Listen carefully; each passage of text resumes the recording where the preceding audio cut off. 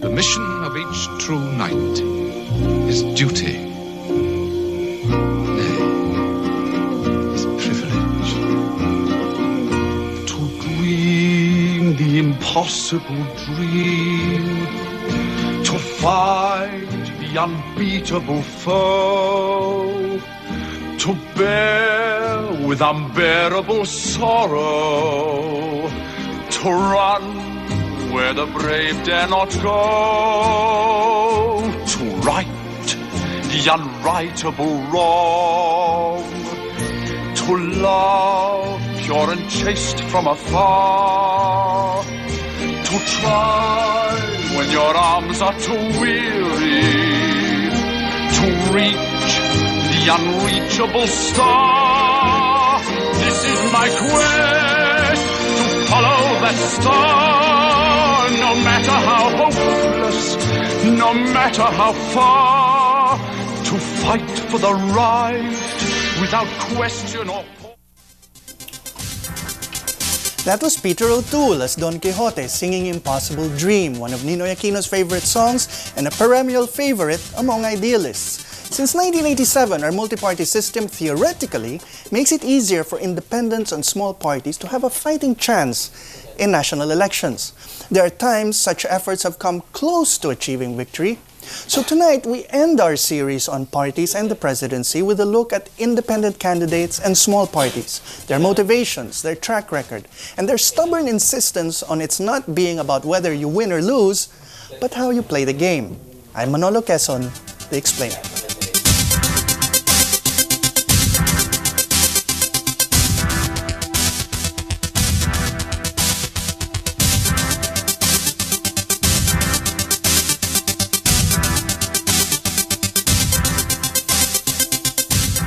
Now, you have to be a senior citizen to remember this man, and yet in his time, he was one of the most durable and, by all accounts, one of the nicest and most pleasant politicians this country has ever seen.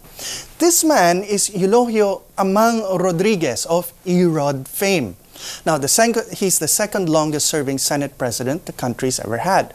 Now, Amang Rodriguez was famous for mangling the English language. Once at a funeral, he went up to the widow and inquired, "Where is the remainder?" But his most famous political quote remains a maxim to this day.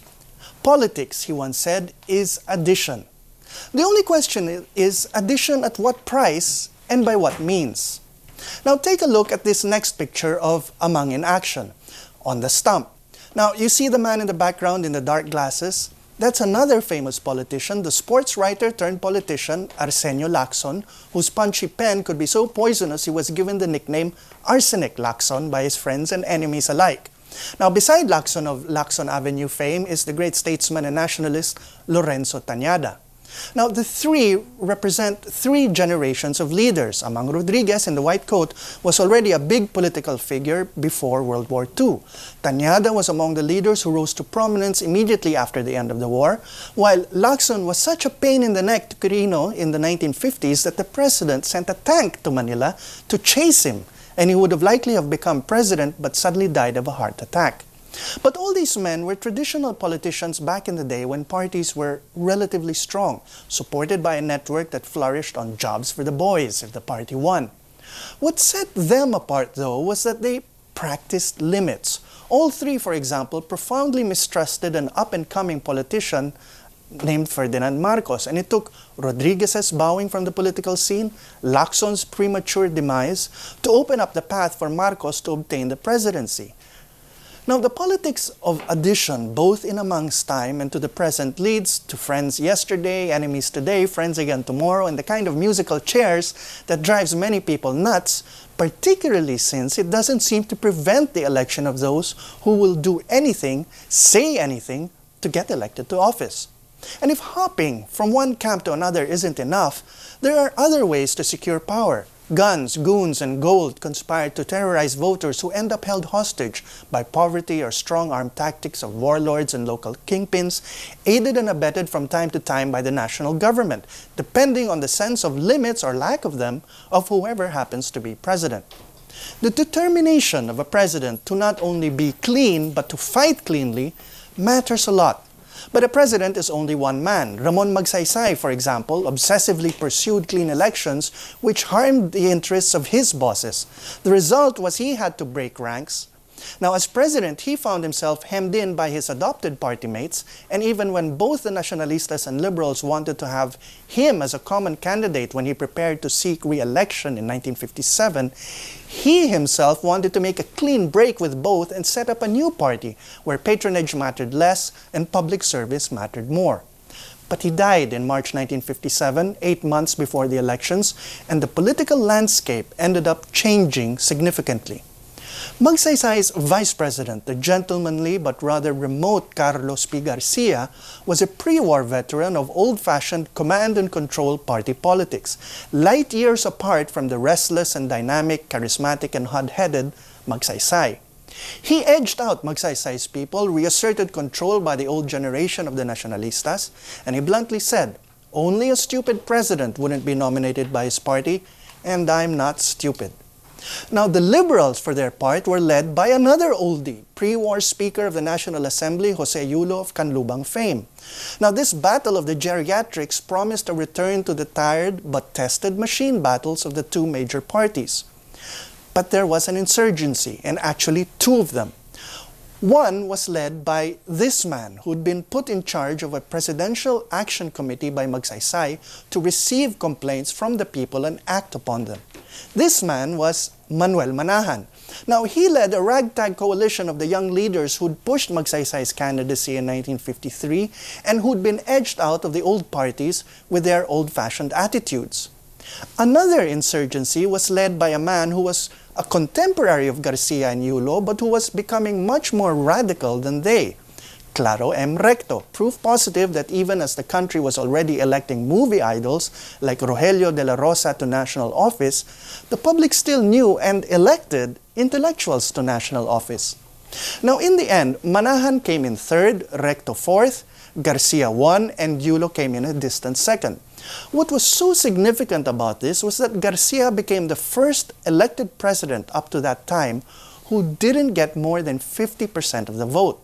Instead, he obtained a plurality, slightly over 40%, the lowest such percentage until the post-EDSA years. But the landscape had shifted and in the direction of what we have today. In the end, what deprived Garcia of a majority was the insurgency launched by Manahan, who would go on to the Senate along with another young leader of the Magsaysay years, the man on the right of the picture on the screen, Raul S. Manglapus. In 1965, Diosdado Macapagal, here in the center of this photo, broke his promise to Ferdinand Marcos and decided to run for a second term. Marcos moved from the Liberals to the Nacionalistas, and then both found themselves having to contend with a third-party candidate, Raul S. Manglapus. Now, like Manahan, Manglapus lost. He lacked machinery but may have also cost Macapagal crucial votes in his showdown with Marcos. In 1969, Marcos ran for re-election, and this time, and as it turned out for the last time, the presidency was decided in a two-party contest. By this time, Marcos was the up-and-coming man, a shrewd political general who knew politics is addition and who mobilized the Solid North, the Ilocano ethnic vote, to win. By the time this photo was taken, here's Richard Nixon hugging the young Bongbong as Ferdinand and Imelda gaze on in adoration. Marcos had set about to abolish the two-party system altogether by making himself president for life. Under the new society, Marcos took politics' addition to extremes. Elections became pre-arranged plebiscites. The COMELEC became the administration's personal electoral calculator. And lest we forget, in 1986, when computers played a part in elections for the first time, the computer operators ended up walking out because they had to add figures magically produced from nowhere by the palace. But the groundwork had been laid for something that has haunted post-Marcos elections. Enter Miriam Defensor Santiago, who to this day says Ronaldo Puno, who had been part of the Marcos campaign machine in 1986, introduced Dagdag Bawas to make the results of elections irrelevant. Instead of old-fashioned vote buying and ballot box snatching or stuffing, Dagdag Bawas basically ignores how you and I vote and concentrates on the figures as totals are calculated in the municipal and provincial canvases so that the numbers can be massaged. Now, for our purposes tonight, Miriam's also significant because she came closer in 1992